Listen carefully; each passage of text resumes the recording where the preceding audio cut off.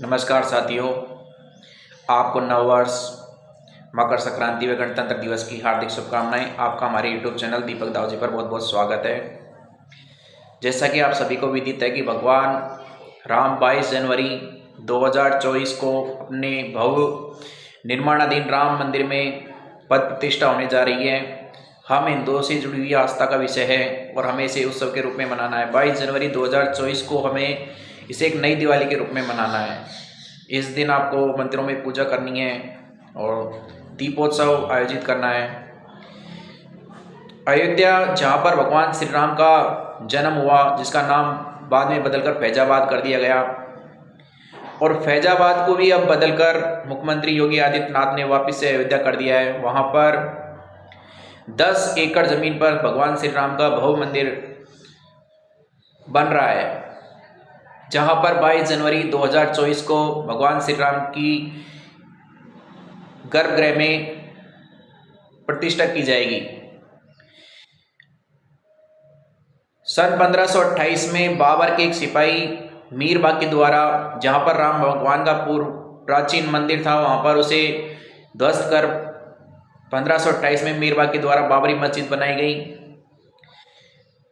जब हिंदुओं को इसके बारे में पता चला तो यह विवाद 6 दिसंबर 1992 में कोर्ट में चला गया और बाबरी मस्जिद का जो विवादित ढांचा है उसे गिरा दिया गया।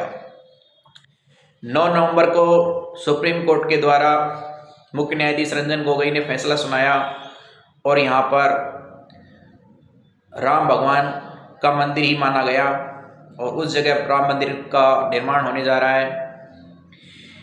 5 अगस्त 2020 को देश के प्रधानमंत्री माननीय श्री नरेंद्र मोदी द्वारा श्री राम मंदिर का शिलान्यास किया गया और वहाँ पर भव्य मंदिर, जिसमें 5 गुंबद, मंदिर की ऊंचाई 161 फीट है, बनने जा रहा है। तो भगवान राम हमारी आस्था से जुड़े हुए हैं और हमें इसे उत्सव के रूप में मनाना है। अयोध्या के राम मंदिर में श्री राम लला यानी कि श्री राम का बाल स्वरूप स्थापित होने जा रहा है। वहां पर भगवान श्री राम के बाल स्वरूप की पूजा की जाएगी।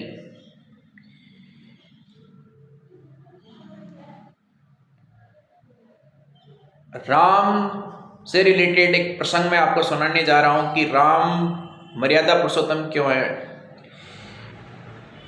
जब राम अहिल्या पत्थर की नारी का उद्धार करने जा रहे थे तो राम के साथ विश्वामित्र भी थे।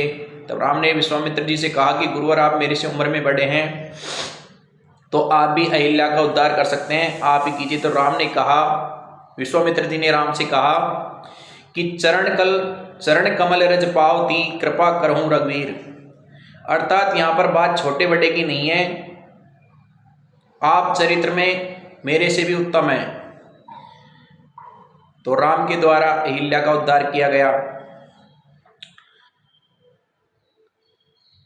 लंका के राजा रावण ने सीता का हरण किया, तो सीता का हरण करने के बाद भी रावण को संतुष्टि प्रदान नहीं हुई, क्योंकि वो चाहकर भी सीता को अपना नहीं बना सके। तो एक बार कुंभकर्ण ने रावण से पूछा कि हे लंकापति, आपने सीता का हरण कर लिया, फिर भी आप चिंतित दिखाई देते हैं,